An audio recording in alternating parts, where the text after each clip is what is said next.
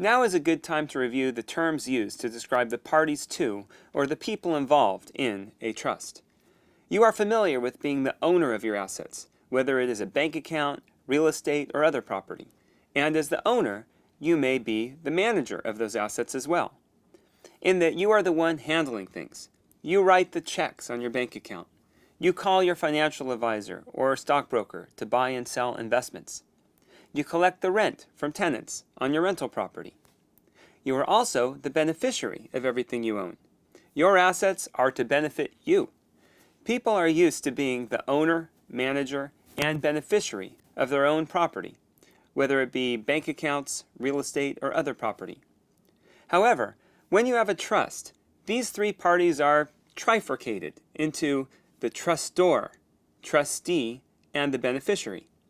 The trustor, also referred to as the settlor or grantor, any of these words ending in or, is the owner. The trustee, also referred to as the settlee or grantee, any of these words ending in e, is the manager. And finally, the beneficiary is the one who will benefit from the assets in the trust. When you set up a trust, you will generally have yourself be all three during your life. Or you and your spouse will be all three if you are married.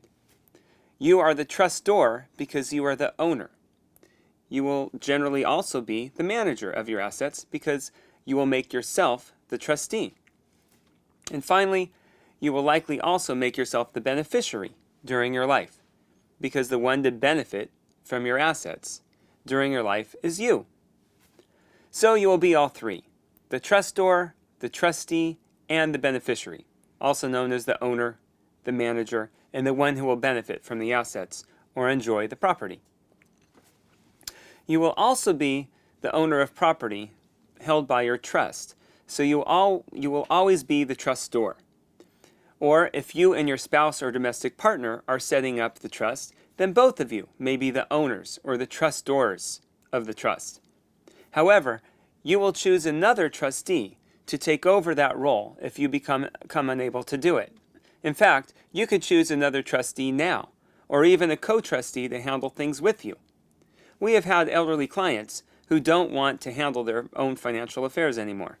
Perhaps their son is helping them now anyway. If so, the trust could simply make the son the trustee now. Of course, the client is still the trustor, that is the owner. And as trustor, the client can amend or change his or her trust to change who is the trustee, either making himself or herself the trustee or someone else the trustee, and perhaps removing the son as trustee. If you are going to be the current trustee, which is typically the case, then you will choose a successor trustee to take over after you either pass away or you are unable to handle your affairs. Generally, it is a good idea to choose a couple of alternatives in case the successor trustee you choose predeceases you or is unable to handle it when the time comes. Who should be your successor trustee? Often it may be one of your adult children, or you can select your children and provide that they are to be trustee only if they reach a certain age, such as 18 or 21. Or you can select a sibling or friend to be your successor trustee. It is often a good idea to choose someone who thinks the way you do, or if they don't, then you should provide more details in the trust as to how the trust should be managed. For example, suppose you provide in your trust that funds be held for a child until the child reaches age 25. But until the child reaches age 25, the trustee may make distributions to your child for their comfort and welfare, such as to buy a car when the child reaches age 16. If your successor trustee thinks the way you do, you may not need to specify the type of car. But if your successor trustee thinks a brand new top-of-the-line BMW is an appropriate car for a 16-year-old, then you may wish to include in your trust that such car be a $5,000 car, as adjusted for inflation. This would be addressed in the beneficiary section of your trust.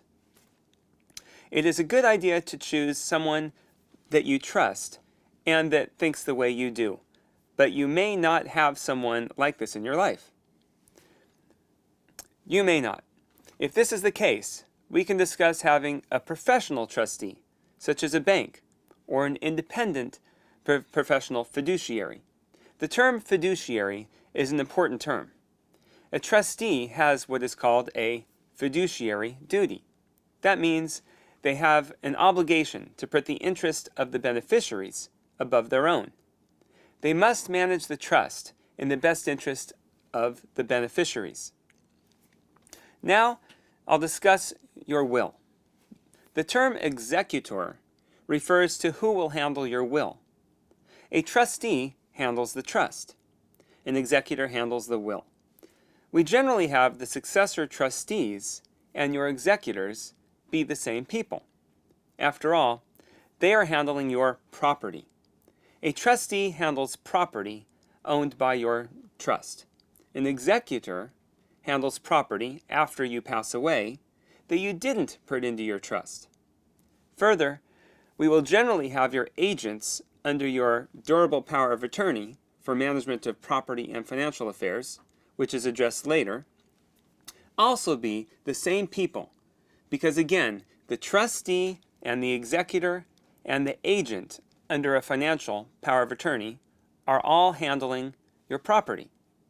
So it often makes sense to have these roles filled by the same people. Now, on this trustee and executor screen, check the box for yes or no for the question, are the settlors to act as initial trustees? Typically, clients will answer this question with a yes.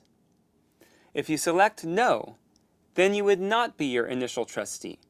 So then, enter the name or names of who will be your initial trustee, or trustees if you have more than one. If you select yes, then skip down to the successor trustees section. Put the name of each person you would like to act as a successor trustee and put in order of who will be first, second, and third, and so on. Typically, one may choose 2 successor trustees. But if one of your successor trustees is older than you are, then you may wish to add another successor trustee in addition.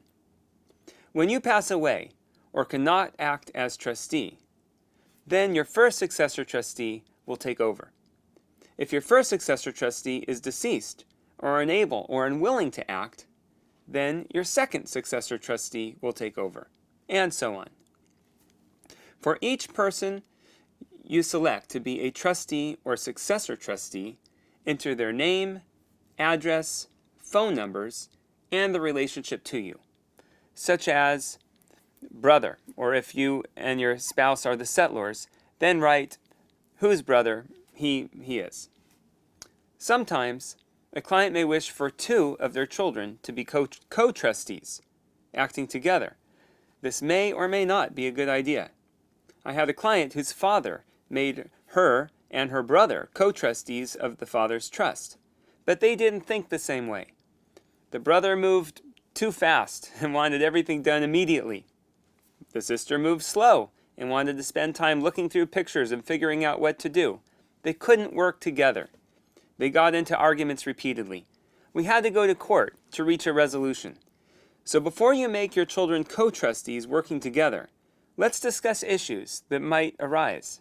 Remember, it's often not a good idea to make someone trustee so that they don't feel bad about not being named a trustee.